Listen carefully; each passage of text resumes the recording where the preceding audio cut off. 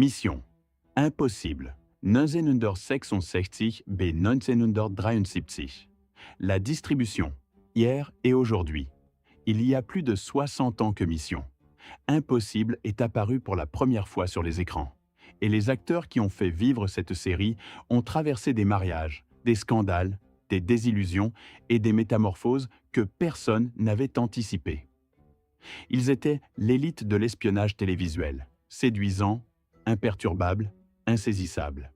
Ils prononçaient le mot « impossible », comme s'il n'existait tout simplement pas dans leur vocabulaire. Mais ce qui leur est arrivé en coulisses s'est révélé bien plus dramatique que n'importe quelle mission secrète couchée dans un script. Saviez-vous que l'un des acteurs principaux de la série a assisté au remake cinématographique de 1996 avec Tom Cruise et a quitté la salle au bout de 40 minutes, qualifiant le film de profanation de l'original? Saviez-vous qu'un autre acteur a dû quitter la série parce que sa foi lui interdisait de travailler après le coucher du soleil le vendredi? Et que les producteurs, qui le savaient dès le début, n'ont jamais réussi à trouver une solution? Et saviez-vous qu'un troisième membre de la distribution avait été, dans sa jeunesse, un ami intime de James Dean et avait brièvement fréquenté Marilyn Monroe, un fait qui ne serait jamais devenu une légende, tout simplement parce que sa propre gloire est venue plus tard? Restez avec nous, car aujourd'hui, nous allons tout raconter, sur chacun d'entre eux, sans exception. Dites-nous en commentaire de quelle ville ou région vous regardez. Et si vous n'êtes pas encore abonné, c'est le moment. Numéro 1. Stephen Hill dans le rôle de Dan Briggs. Dan Briggs fut le premier commandant de la force des missions impossibles. C'est lui qui entendit le premier ces mots. « Bonjour, monsieur Briggs ». C'est lui qui ouvrit le premier les dossiers, constitua le premier son équipe et vit le premier la cassette se détruire en un nuage de fumée. Stephen Hill avait 44 ans lorsque l'épisode pilote fut diffusé en septembre 1966. Il incarnait un professionnel à l'intelligence acérée et à la présence magnétique, exactement ce qu'on attendait du chef d'une unité clandestine. Il est né le 24 février 1922 à Seattle, dans l'État de Washington, sous le nom de Solomon Krakowski. Ses parents étaient des immigrés juifs de l'Empire russe qui parlèrent le yiddish. Hill a servi dans la réserve navale des États-Unis, puis s'est installé à New York après son service, où sa vraie vie d'acteur a commencé. Ses débuts à Broadway eurent lieu en 1946 dans la pièce de Ben Hecht A Flag is Born, aux côtés d'un jeune Marlon Brando. Cela, à lui seul, est déjà une histoire. Des années plus tard, Martin Landau, son futur partenaire dans Mission. Impossible se souviendrait. Quand j'ai commencé ma carrière d'acteur, il y avait deux jeunes acteurs à New York, Marlon Brando et Stephen Hill. Beaucoup disaient que Stephen aurait dû être le grand, pas Marlon. C'était une légende, fou, explosif, électrisant. Mais derrière les caméras de Mission, Impossible se jouait son propre scénario impossible. Stephen Hill était juif orthodoxe et observait le Shabbat avec rigueur. Du coucher du soleil, le vendredi à celui du samedi, il était indisponible pour les tournages. Les producteurs le savaient depuis le début. C'était inscrit dans le contrat. En pratique, cela devint un véritable cauchemar organisationnel. Les tensions s'accumulèrent sur le plateau. Hill refusa certaines scènes physiquement exigeantes. Et finalement, il ne fut pas rappelé pour la deuxième saison. Aucune explication ne fut fournie dans la trame narrative. Dan Briggs disparut tout simplement, et Jim Phelps, incarné par Peter Graves, prit sa place. Après Mission, Impossible, Stephen Hill ne joua plus pendant 10 ans. Il essaya l'immobilier, tenta d'écrire, vécut au sein d'une communauté juive religieuse à New York. Mais le théâtre le rappela. Il revint à l'écran en 1977 et les années de silence l'avaient mûri. En 1990, il décrocha le rôle du procureur Adam Schiff dans La Loi et l'Ordre, et le conserva pendant 10 saisons consécutives, devenant l'un des visages les plus reconnaissables de la justice américaine à la télévision.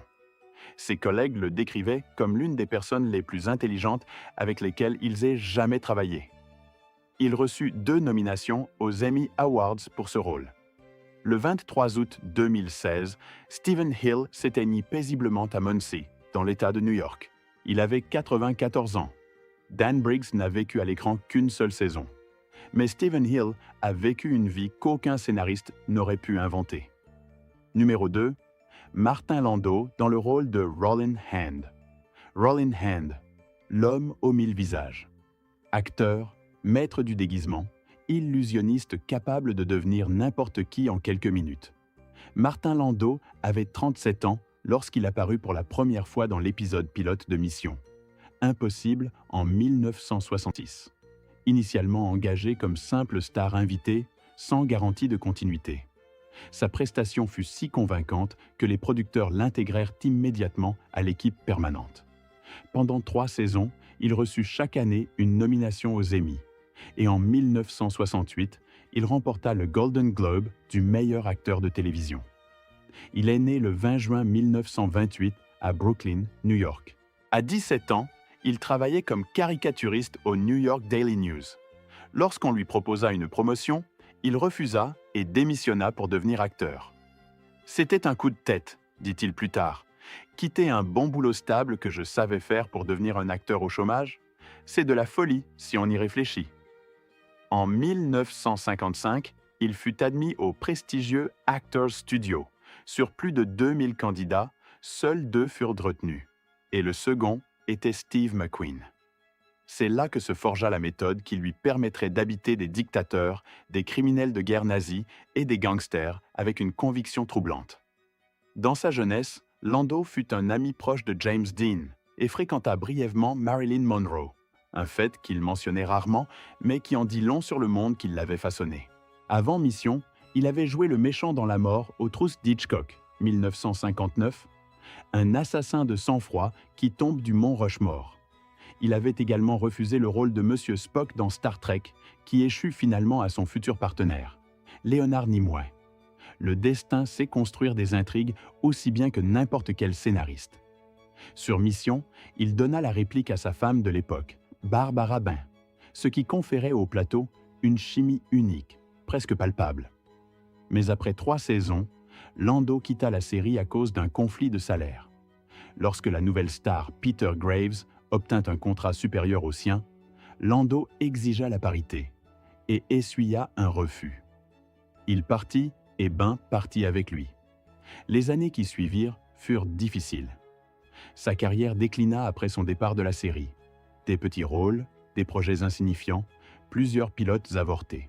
Puis, en 1988, Francis Ford Coppola lui offrit un rôle dans le biopic Tucker, L'homme et son rêve. Et tout changea. Suivirent le film de Woody Allen Crimes et Délits, puis le rôle de Bela Lugosi dans Ed Wood de Tim Burton. En 1994, à 65 ans, Martin Landau remporta l'Oscar du meilleur second rôle masculin. La salle entière se leva. Ce fut l'une de ces victoires que les gens retiennent non pas parce qu'ils l'attendaient, mais parce qu'ils savaient depuis combien de temps elle était méritée. Son mariage avec Barbara Bain dura jusqu'en 1993. Ils eurent 2 filles, la productrice Suzanne et l'actrice Juliette Landau.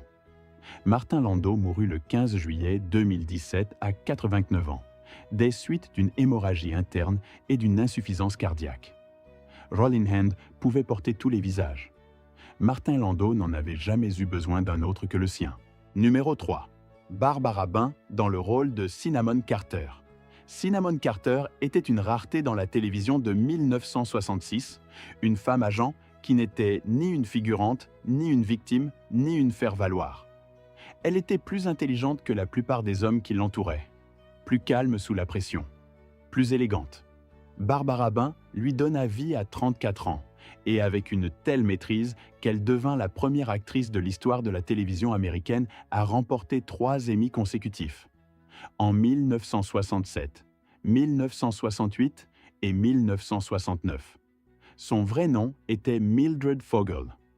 Elle naquit le 13 septembre 1931 à Chicago, Illinois, dans une famille d'immigrés juifs russes. Elle était diplômée en sociologie de l'Université de l'Illinois, un choix inattendu pour une future star du petit écran. Sa première passion n'était pas le jeu, mais la danse, et elle étudia auprès de la légendaire Martha Graham. Mais la danse ne fut pas davantage sa vocation. Ben se tourna vers la mode, collabora avec Vogue et Harper's, puis rejoignit l'Actors Studio sous la direction de Lee Strasberg. C'est là que tout se mit en place. En 1957, elle épousa Martin Landau. Ils s'étaient rencontrés au théâtre et resteraient ensemble 36 ans. Leur présence partagée dans Mission Impossible engendrait une chimie presque tangible. Ben souffrait de claustrophobie et les auteurs de la série intégrèrent consciemment ce trait dans le personnage de Cinnamon. Dans un épisode, cela devint un élément central de l'intrigue. Lorsqu'elle et Landau quittèrent la série en 1969 à la suite du conflit salarial, Barbara était au sommet de sa popularité. Mais la carrière hollywoodienne qu'elle aurait pu construire ensuite ne prit jamais réellement son envol. Avec Landau, elle joua dans la série britannique de science-fiction L'Odyssée de l'espace, 1975-1977, dans le rôle du docteur Helena Russell. Ce fut leur dernière grande apparition commune.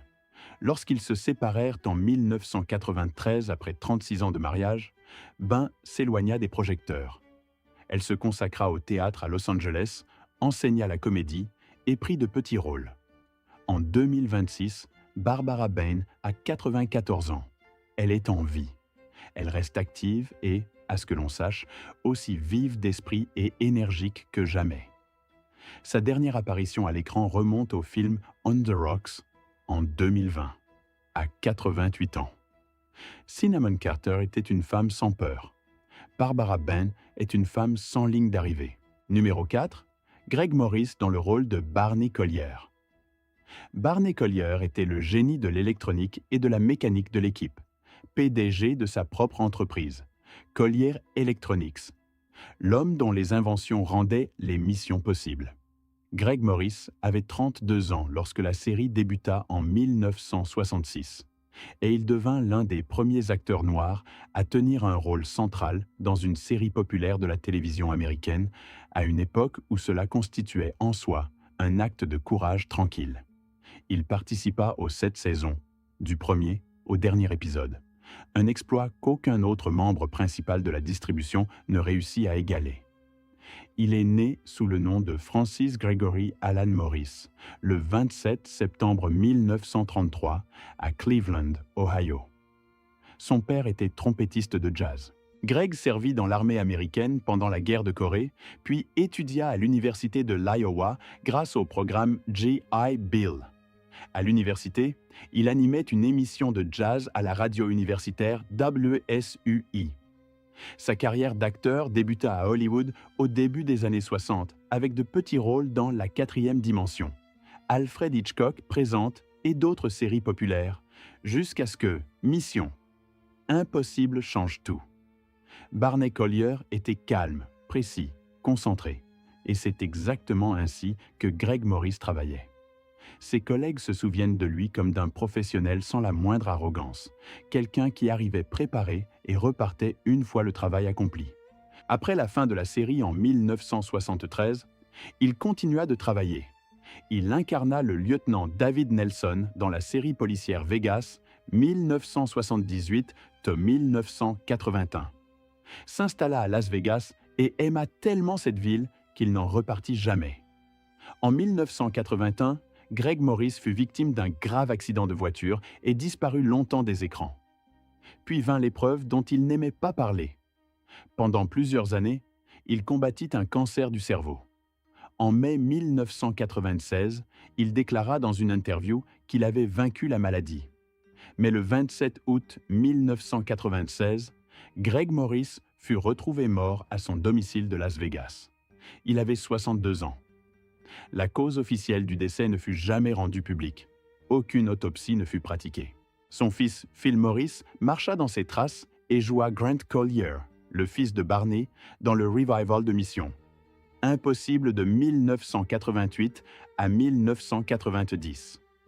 Père et fils apparurent même ensemble dans plusieurs épisodes de la série renouvelée. Peu avant sa mort, Greg avait été invité à la première du film Mission Impossible avec Tom Cruise et était sorti de la salle au bout de 40 minutes, qualifiant le film de profanation. Barney Collier méritait mieux, et Greg Morris aussi. Numéro 5. Peter Lupus dans le rôle de Willie Armitage. Willie Armitage était le muscle de l'équipe, un haltérophile de classe mondiale, l'homme capable de déplacer un mur et de le faire dans un silence absolu. Peter Lupus avait 34 ans en 1966 lorsque la série débuta, et avec Greg Morris, il fut le seul acteur à parcourir l'intégralité des 7 saisons du début à la fin. C'est en soi une prouesse, car durant la 5e saison, les producteurs cherchaient sérieusement à s'en débarrasser. Il est né Peter Nash Lupus Jr. le 17 juin 1932 à Indianapolis, Indiana. Son père avait émigré du Liban, sa mère était américaine. Peter étudia au Jordan College of Fine Arts de l'université Butler, pratiqua le football américain et le basketball, et fut membre de la fraternité Sigma Chi. Mais la passion centrale de sa vie depuis l'adolescence était le culturisme. Il remporta les titres de Mister Indianapolis, Mister Indiana, Mister Hercule et Mister Santé et Physique internationale. Au début des années 60, il tourna dans des péplums italiens sous le nom de Rock Stevens. Le classique péplum de Cap et d'épée, Hercule, Gladiateur et tout le reste. Lorsque la 5e saison de Mission toucha à sa fin, les producteurs estimèrent que le personnage de Willie avait épuisé son potentiel.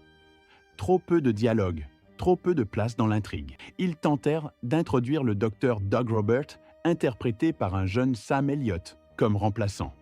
Mais le public se rebella. Les fans inondèrent les producteurs de courrier exigeant le retour de Willie. Et Peter Lupus resta. Il revint comme membre permanent de l'équipe et le demeura jusqu'au dernier épisode en 1973. En 1974, Lupus devint l'un des premiers acteurs masculins connus à poser nu pour le magazine Playgirl. Il avait auparavant tourné dans des spots publicitaires pour l'armée de l'air américaine dans le rôle de Superman, avec l'accord de DC Comics. La parution dans Playgirl mit instantanément fin à ce contrat. En 2026, Peter Lupus a 93 ans. Il est marié à Sharon depuis 1960. Plus de 65 ans ensemble. Ils ont un fils, Peter Lupus III, également acteur. En 2007, à 75 ans, Lupus établit un record du monde Guinness en haltérophilie d'endurance, soulevant au total plus de 35 000 kg en moins de 25 minutes dans une salle de sport à El Segundo, Californie. Willie Armitage était fort. Peter Lupus s'est révélé indestructible. Numéro 6. Léonard Nimoy dans le rôle du Grand Paris. Lorsque Martin Landau quitta Mission, impossible, les producteurs avaient besoin d'un nouveau maître du déguisement. Et ils le trouvèrent là où personne ne l'attendait. Dans la série tout juste annulée Star Trek, Léonard Nimoy, Monsieur Spock, l'extraterrestre le plus reconnaissable de l'histoire de la télévision, rejoignit Mission à la 4e saison à 38 ans dans le rôle du Grand Paris, acteur et illusionniste successeur de Rollin Hand. L'ironie était saisissante. Nimoy avait refusé le rôle de Monsieur Spock qui avait initialement été proposé à Landau, et il occupait à présent la place que Landau avait laissée vacante. Léonard Simon Nimoy naquit le 26 mars 1931 à Boston, Massachusetts. Ses parents étaient des immigrés juifs d'Ukraine. Il grandit dans un immeuble du quartier West End de Boston et participait déjà à des spectacles amateurs à l'âge de 8 ans. Il atteignit le grade de sergent dans l'armée, puis gagna Hollywood et débuta par les plus petits rôles. Des décennies de travail acharné dans des projets mineurs jusqu'à l'arrivée de Monsieur Spock. Nimoy avait ce don rare d'exprimer le maximum par le minimum. Dans Star Trek, son personnage réprimait toute émotion, ce qui rendait les rares moments de fracture d'autant plus puissants. Dans Mission, impossible, il inversait la formule. Le Grand Paris était un artiste, un illusionniste, quelqu'un pour qui la métamorphose était un métier dans le métier. Nimoy releva le défi avec un plaisir évident. Après 2 saisons dans la série, de 1969 à 1971, Nimoy quitta Mission, insatisfait de l'évolution des arcs narratifs de son personnage. Mais son chemin continua. Il réalisa 2 films Star Trek, retourna sur les planches, écrivit 2 mémoires. Je ne suis pas Spock et je suis Spock, et se consacra à la photographie et à la poésie. Lors de ces dernières années, il combattit une bronchopneumopathie chronique obstructive, séquelle de décennies de tabagisme. Il avait arrêté de fumer dans les années 80, mais les dégâts étaient irréversibles. En février 2015, Leonard Nimoy écrivit sur Twitter « Un arbre solitaire dans un champ en hiver. La patience est nécessaire. Sachez que le printemps viendra !» Ce fut l'une de ses dernières paroles publiques. Le 27 février 2015, il mourut à Los Angeles d'une bronchopneumopathie chronique obstructive. Il avait 83 ans. Ses derniers mots, transmis par son fils, furent « Restez curieux ». Le Grand Paris savait porter tous les visages. Leonard Nimoy n'en a jamais eu besoin d'un autre que le sien.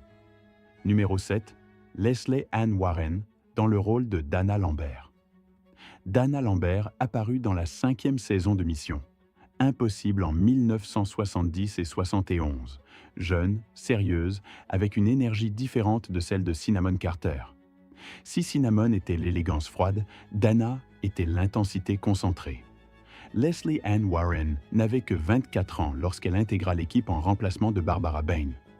Son arrivée lui valut aussitôt une nomination au Golden Globe. Elle est née le 16 août 1946 à New York. Sa mère Carol était chanteuse, son père agent immobilier. À 17 ans, elle rejoignit l'Actors Studio. En 1963, elle fit ses débuts à Broadway et reçut le Theatre World Award de l'actrice la plus prometteuse. Puis, en 1965, elle tint le rôle-titre de la version télévisée de Cendrillon de Rodgers et Hammerstein, devenant célèbre du jour au lendemain.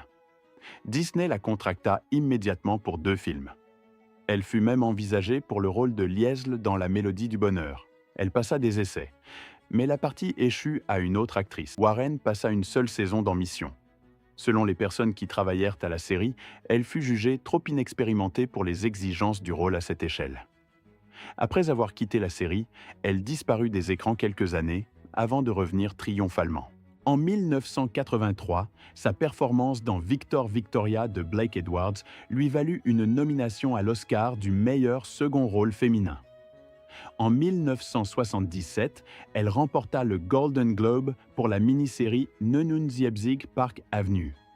Son premier mariage avec le producteur John Peters se termina en 1977 après 10 ans de vie commune. Ils ont un fils, Christopher. En 2000, elle épousa Ronald Taft. Warren continua de travailler au cinéma et à la télévision bien au-delà des années 2010. Desperate Housewives, The Big Bang Theory, Will and Grace. En 2026, Leslie Ann Warren a 79 ans. Dana Lambert n'était à l'écran que le temps d'une saison, mais Leslie Ann Warren transforma cette unique saison en tremplin pour une carrière de 50 ans. Numéro 8, Linda Day George dans le rôle de Casey Casey, ou Lisa Casey comme elle serait nommée par la suite, rejoignit l'équipe à la 6e saison en 1971 et resta jusqu'au dernier épisode en 1973. Esthéticienne, maîtresse du déguisement, experte en imitation vocale et en combat rapproché, Casey était un personnage conçu pour réunir le meilleur des 2 absentes, Cinnamon et le Grand Paris. Linda Day George l'interpréta à 26 ans, obtint des nominations aux Emmy et aux Golden Globes, et disparut des écrans bien trop tôt. Elle naquit Linda Louise Day le 11 décembre 1944 à San Marcos, Texas. Son père servait dans l'armée de l'air américaine et la famille déménageait souvent. Adolescente, elle rêvait de devenir chirurgienne, mais la vie en décida autrement. À 19 ans, elle se retrouva à New York, où elle travailla pour l'agence de mannequins Eileen Ford, puis Broadway, puis Hollywood. Au début des années 60, elle apparut dans des épisodes de séries populaires dont Bonanza et Le Fugitif. C'est sur le tournage de Douce Pluie, 1966, qu'elle rencontra Christopher George, acteur et séduisant premier rôle, vedette de la série militaire The Rat Patrol. Ils ne tombèrent pas amoureux immédiatement. L'amour vint plus tard, en 1970, lors du tournage du western Chisholm avec John Wayne. Linda quitta son premier mari pour Christopher, et ensemble, ils construisirent leur carrière côte à côte, partageant les projets, le même agent, devenant l'un des couples les plus connus du Hollywood de l'époque. Mais en 1983, tout s'effondra. Le 28 novembre 1983, Christopher George mourut d'une crise cardiaque. Il avait 52 ans. Linda fut dévastée. « Je ne pouvais pas jouer sans lui », disait-elle. Elle fit encore quelques apparitions à l'écran. La dernière, symbolique, en 1989, elle revint dans le revival de Mission. Impossible pour incarner Lisa Casey une dernière fois. Puis elle se tut définitivement. Elle vécut d'autres deuils. En 2010, son troisième mari, Doug Cronin, disparut à son tour. Dans les années 70, elle perdit son frère à 26 ans d'un cancer. Tout au long de sa vie, Linda Day George fut une militante écologiste engagée, l'une des premières voix publiques à s'élever contre la destruction de la couche d'ozone. En 2021, elle annonça son intention de reprendre le chemin des plateaux. En 2026, elle a 81 ans. Cassie était une femme qu'on ne pouvait pas arrêter. Linda est une femme qui a appris à vivre après des pertes que personne ne devrait avoir apportées. Numéro 9. Sam Elliott dans le rôle du docteur Doug Robert. Le docteur Doug Robert apparut dans Mission. Impossible durant la 5e saison, en 1970 et 71, comme remplaçant potentiel de Willie Armitage. Sam Elliott avait 26 ans à l'époque. Il débutait à peine à Hollywood, et Mission fut l'une de ses premières opportunités véritablement visibles. Le docteur Robert était un spécialiste médical rompu aux techniques de pression psychologique qui sauva un jour la vie de Barney Collier lorsqu'une mission tourna mal, et fut le seul personnage de toute l'histoire de la série à avoir jamais gagné une discussion avec Jim Phelps. Samuel Pack Elliott naquit le 9 août 1944 à Sacramento, Californie. Son père travaillait pour le gouvernement et la famille s'installa à Portland, Oregon, où Sam termina ses études secondaires. Il commença à l'Université de l'Oregon, abandonna, revint, abandonna à nouveau. La deuxième fois après la mort de son père d'une crise cardiaque. Cette mort, celle de l'homme qui l'avait dissuadé de faire carrière dans le cinéma, fut le tournant. Elliott s'installa à Los Angeles pour devenir acteur. Ses débuts à l'écran eurent lieu littéralement dans l'ombre. En 1969, il joua un joueur de cartes dans Butch Cassidy et le Kid. Un instant, à peine perceptible. Mais c'est sur ce tournage qu'il rencontra l'actrice Katharine Ross, qui deviendrait sa femme 15 ans plus tard. Ils se marièrent en 1984. Elle est son unique épouse. Ils ont une fille, Cléo, musicienne. Dans Mission, Sam Elliott participa à une douzaine d'épisodes environ, mais évoquait rarement cette période par la suite. Il se considérait avant tout comme un acteur de western. Il ne se trompait pas dans cette auto-évaluation. Ce sont les rôles du Grand Ouest qui l'ont consacré.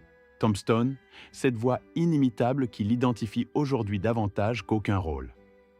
En 2018, sa prestation dans A Star is Born lui valut sa première nomination aux Oscars, à 74 ans. En 2026, Sam Elliott a 81 ans. Le docteur Doug Robert fut une présence de passage dans l'univers de Mission. Impossible. Sam Elliott s'avéra être une présence permanente dans le monde du cinéma, du genre qui ne se démode jamais. Numéro 10, Bob Johnson, la voix sur la bande. Il y eut une personne dont la voix résonna dans chaque épisode de Mission. Impossible. Au fil des 7 saisons, dans les 171 épisodes. Il n'apparut jamais à l'écran. Son nom ne figura jamais au générique. Le public ne vit jamais son visage. Mais sa voix donnait le rythme à toute la série.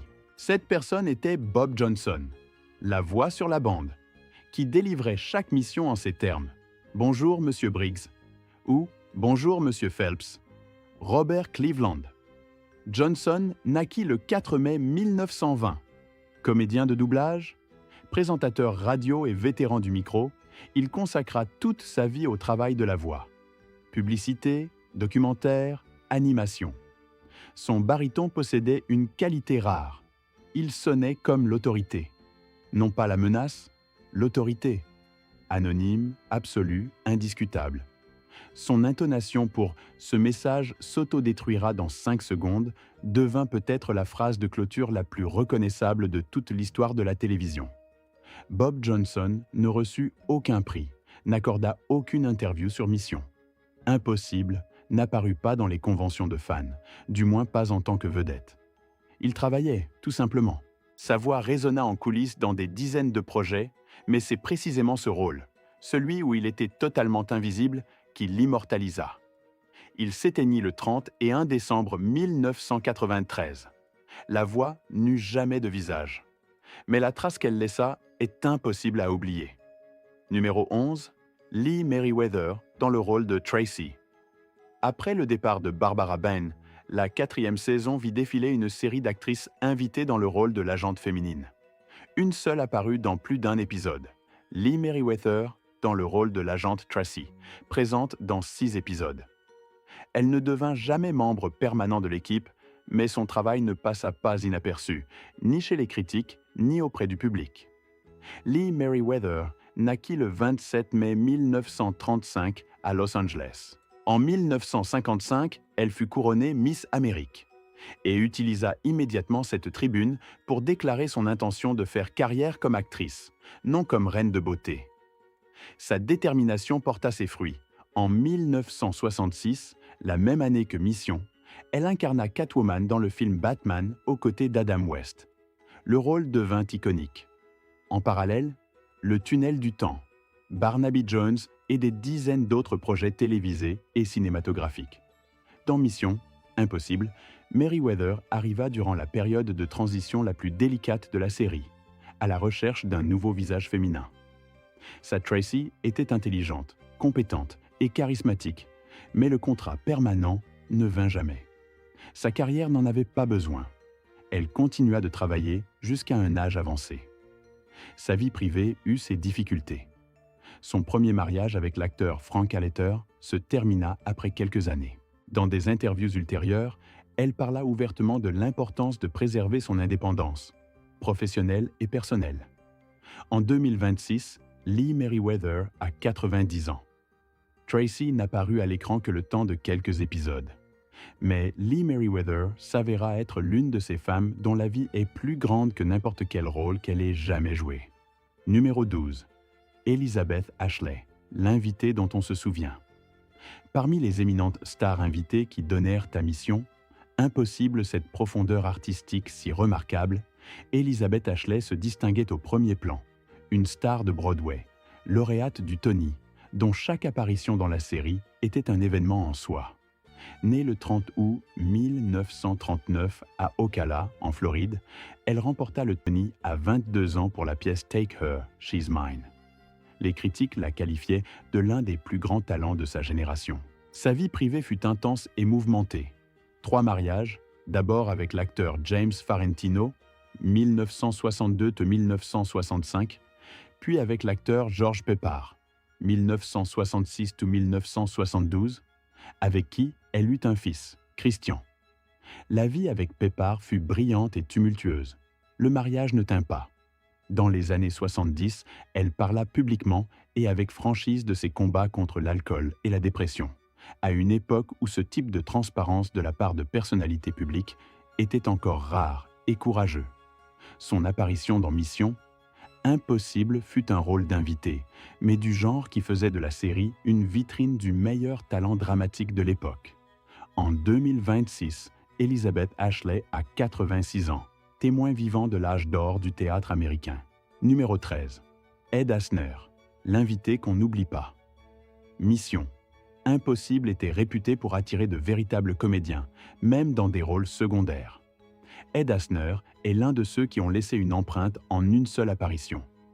Il est né le 15 novembre 1929 à Kansas City, Kansas. Ses parents étaient des immigrés juifs de Russie. Dans les années 70, il devint célèbre grâce au rôle de Lou Grant dans Le Nouveau Journal et ensuite dans sa propre série Lou Grant, remportant 7 Emmy Awards, plus que tout autre acteur en rôle masculin télévisé jusqu'à ce moment de l'histoire. Sur le plateau de Mission, Asner fut exactement ce qu'il avait toujours été dans la vie. Un homme doté d'une boussole intérieure précise qui ne tolérait aucun relâchement. Après une longue carrière devant la caméra, il resta actif, s'engageant dans des mouvements sociaux, prêtant sa voix à des films d'animation, dont Carl Fredricksen dans Là-haut, 2009. Ed Asner s'éteignit le 29 août 2021 à 91 ans. Son apparition dans Mission ne fut qu'un trait sur une immense toile, mais même un seul trait de cet homme valait la peine d'être vu. Numéro 14, William Shatner, l'invité d'une autre galaxie. William Shatner, à jamais le capitaine Kirk de Star Trek, apparut dans Mission Impossible en 1971, déjà acteur connu dans le monde entier. Star Trek avait été annulé entre-temps, et Shatner enchaînait les rôles d'invité dans différents projets télévisés. Son apparition dans l'épisode Encore, 6e saison, dans le rôle d'un gangster vieillissant prénommé Thomas Kroll, devint l'une des participations les plus commentées de l'histoire de la série. Les fans de Star Trek n'en revenaient pas de voir le capitaine Kirk en criminel. Il est né le 22 mars 1931 à Montréal, Canada, dans une famille d'immigrés juifs. Après Star Trek et plusieurs décennies de hauts et de bas, il vécut une tragédie personnelle. En 1999, sa troisième femme, Nerine Kidd, se noya dans la piscine de leur maison. Shatner traversa son deuil et son sentiment de culpabilité publiquement, avec une honnêteté peu commune. Il continua de travailler toute sa vie, et à 90 ans devint la personne la plus âgée à voyager dans l'espace, à bord de Blue Origin, en 2021. En 2026, il a 95 ans. Son apparition dans Mission Impossible n'était qu'un point sur une trajectoire qui semble ne pas avoir de fin. Numéro 15, Martin Sheen, une future légende dans un second rôle. Martin Sheen apparut dans Mission Impossible durant les années fastes de la série.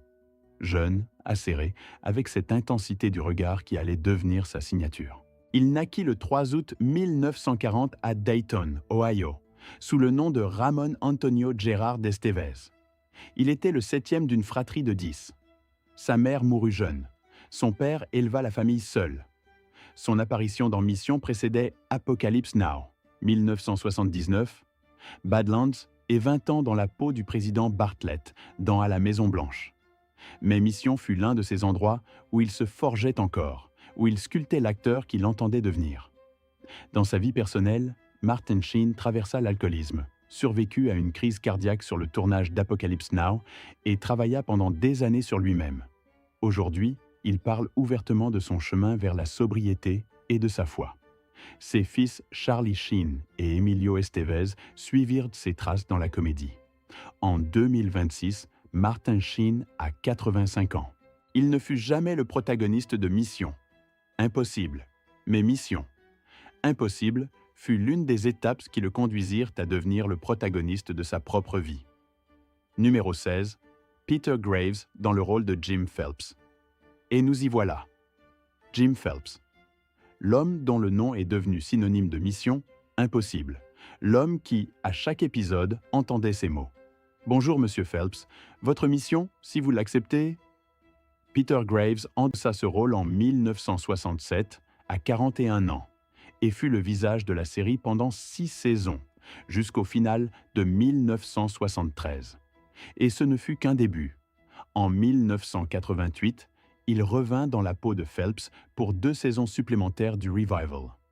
Il est né Peter Duzler Orness le 18 mars 1926 à Minneapolis, Minnesota.